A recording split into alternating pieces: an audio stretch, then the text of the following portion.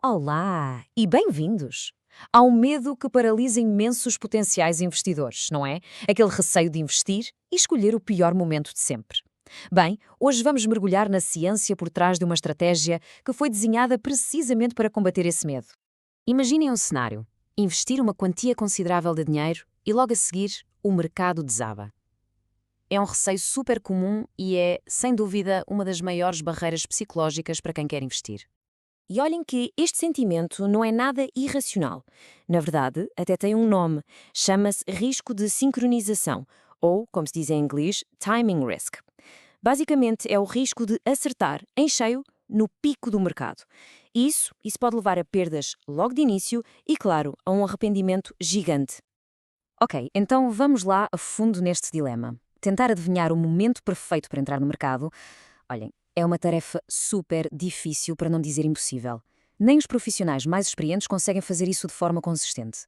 Então, a pergunta é: como é que um investidor pode lidar com esta incerteza toda? Pois bem, a resposta pode estar numa abordagem muito metódica. Chama-se Dollar Cost Averaging, ou, para simplificar, DCA. A ideia aqui é esquecer essa coisa de tentar adivinhar o ponto mais baixo do mercado. Em vez disso, o DCA sugere um plano super disciplinado, investir um valor fixo em intervalos regulares, e isto independentemente do que o mercado está a fazer, faça chuva ou faça sol. Então, como é que esta solução automática funciona na prática? A grande vantagem do DCA, na verdade, está na sua simplicidade e, mais importante, na forma como tira a emoção da equação. O processo é mesmo muito direto. Primeiro, define-se um valor fixo para investir. Segundo, escolhe-se um intervalo regular, pode ser semanal, mensal, o que der mais jeito. Terceiro, o investimento acontece de forma automática. E o resultado disto tudo é simples. Quando os preços estão mais baixos, aquele valor fixo compra mais participações. E quando os preços sobem, claro, compra menos. E por trás deste processo, que parece tão simples, esconde-se uma vantagem matemática bem surpreendentemente poderosa. E é isso que vamos ver a seguir. Vamos então espreitar os números. O que é que, na matemática, faz do DCA uma estratégia tão robusta, especialmente quando os mercados andam a solavancos? Ora bem, o custo médio por cada participação que se paga com o DCA não é, na verdade, a média simples dos preços, aquilo que conhecemos como média aritmética, não. Em vez disso, é uma média ponderada que acaba por dar mais peso, digamos assim, aos preços mais baixos. E é esta, chama-se média harmónica. A parte interessante, a média harmónica é sempre inferior ou igual à média aritmética. Para isto ficar mais claro, vamos a um exemplo. Imaginem que se investe em 1000 € em três momentos diferentes. No primeiro momento, o preço por participação é de 100 €, portanto compram-se 10 participações. Depois, o preço cai para metade, para 50 €. Com os mesmos 1000 € agora compram-se 20 participações. A seguir, o preço dispara para 200 €. Com os 1000 € agora só dá para comprar 5 participações. Fazendo as contas, no total foram investidos 3000 € para comprar 35 participações.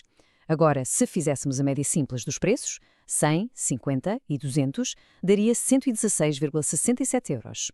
Mas o custo real por participação foi de apenas 85,61 €. É uma diferença brutal e mostra na perfeição o poder da tal média harmónica para baixar o custo de aquisição. Isto, claro, leva-nos àquilo que é um dos grandes debates do mundo dos investimentos. O que é melhor? Investir aos poucos com DCA ou investir tudo de uma só vez? Essa estratégia é conhecida como investimento de montante único, ou LSI. A grande diferença está mesmo no objetivo de cada uma. O DCA está focado em reduzir o risco, em suavizar o impacto da volatilidade. Já o LSI, bem, o objetivo é outro, é maximizar o tempo no mercado, na esperança de conseguir retornos mais altos. E agora, preparem-se para um dado que pode ser surpreendente. Os dados históricos mostram que, como os mercados têm uma tendência para subir a longo prazo, o LSI, ou seja, investir tudo de uma vez, acaba por ter um desempenho superior ao DCA em cerca de 75% das vezes. Exato, estar totalmente investido desde o início tende, estatisticamente, a gerar maiores retornos.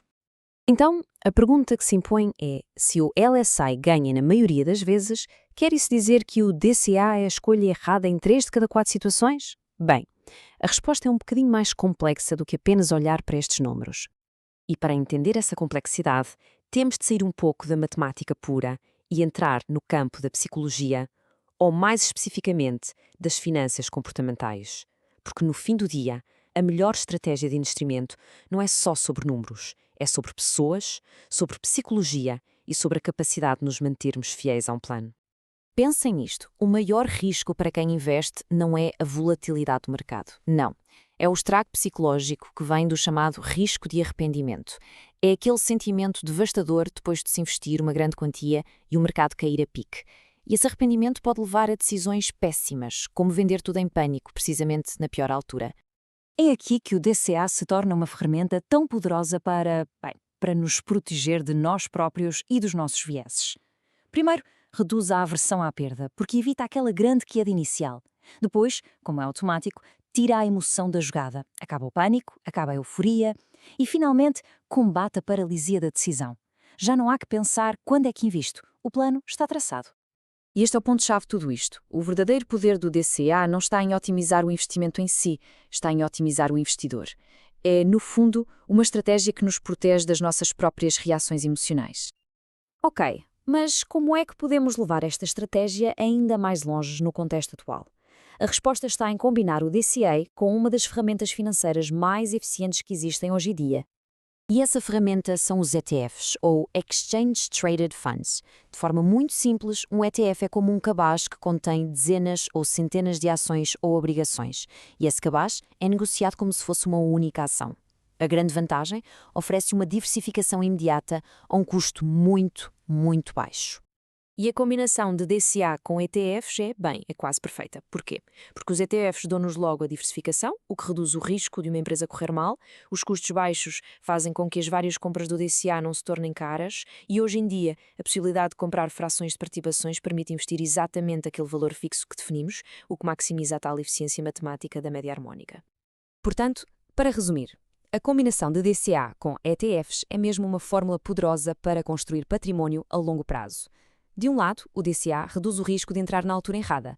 Do outro, os ETFs reduzem o risco de um ativo específico falhar. Juntos, forçam a disciplina, mantêm os custos baixos e criam uma base muito sólida para o futuro. E tudo isto deixa-nos com uma pergunta final para reflexão. No fim de contas, qual é a melhor estratégia de investimento? É aquela que, em teoria, tem o maior retorno possível? Ou é aquela que uma pessoa consegue, de facto, seguir à risca, tanto nos bons como e principalmente nos maus momentos? A resposta a esta pergunta pode muito bem ser a chave para o sucesso de uma vida de investimentos.